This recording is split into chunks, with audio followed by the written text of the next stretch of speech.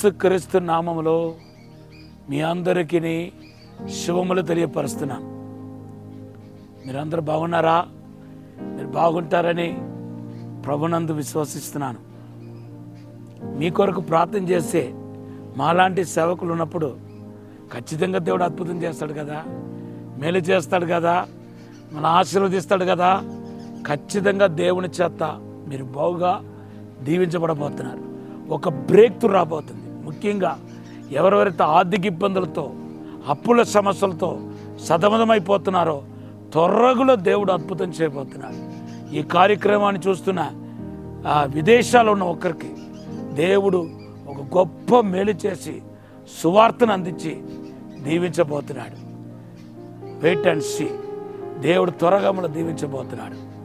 ఈ సమయంలో దేవుడు ఇచ్చిన వాగ్దానం ఏంటంటే ఆదికాండ 28వ అధ్యాయం 15వ వచనం, అలాగే హెబ్రీ పత్రిక 6:14 వాగ్దానం చేస్తున్నాడు. దేవుడి వాగ్దానాలు ఆశీర్వదించిన గాక. కొద్ది దినాలుగా మన పశ్చాత్తాపాన్ని గురించి మాట్లాడుకుంటూ వస్తున్నాం.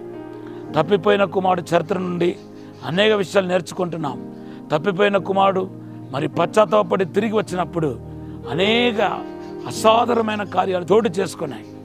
దాంట్లో ఒకటి ఏంటంటే తండ్రి అంటున్నాడు, త్వరగా తెచ్చి నా కుమారునికి వస్త్రం తొడిగించండి అంటున్నాడు.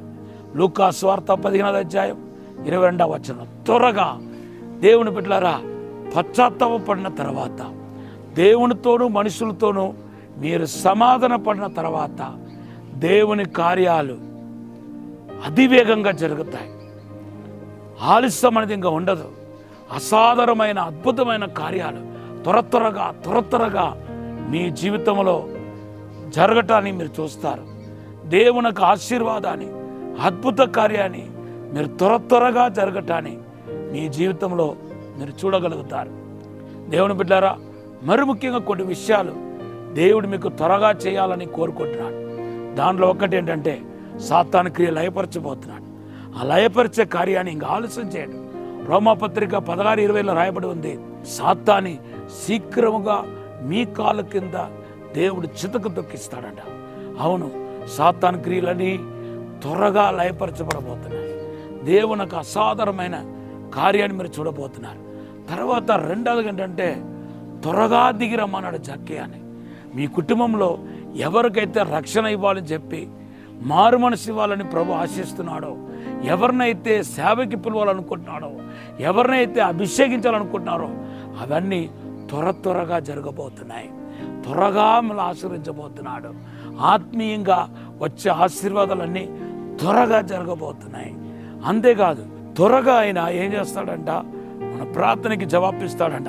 లూకా సువార్త 18:8 త్వరగా న్యాయం తీరుస్తాడంట. అవును, మీ ప్రార్థన ఆలకించి త్వరగా మీకు దేవుడు న్యాయం చేయబోతున్నాడు. మీరు చూడండి, దేవునికి అసాధారణమైన అద్భుతమైన కార్యం జరగబోతున్నాయి. తక్షణమే అనే మాట మార్కు సువార్త 1వ అధ్యాయంలో 20 సార్లకు పైగా కనపడుతున్నాయి. దాని ఒక అర్థం ఏంటి? వెంటనే దేవుడు తన అసాధారణమైన అద్భుతమైన కార్యాన్ని మీ జీవితంలో దేవుడు జరిగించబోతున్నాడు. కాబట్టి మీరు అధైర్యపడవద్దు, దిగులు పడవద్దు. మీ కార్య త్వరగా దేవుడు చేయబోతున్నాడు. అసాధారణమైన అద్భుతమైన కార్యం జరిగించబోతున్నాడు. మీరు చేయాల్సినంత ఒక్కటే, పశ్చాత్తాపడి దేవుని వైపు తిరగండి, దేవునితో సమాధాన పడండి, దేవునితో ఏకంగా అండి. అది మీ జీవితానికి గొప్ప మేలును, ఆశీర్వాదాన్ని, అద్భుతాన్ని తీసుకుని వస్తాయి. ఈ సమయంలో ఒక చిన్న ప్రార్థన చేస్తాను.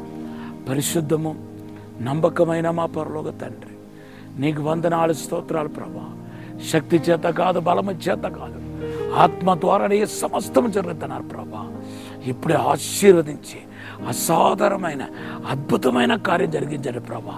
త్వరగా అద్భుతం జరిగించండి, త్వరగా స్వస్థపరచండి, త్వరగా విడుదల దయచండి.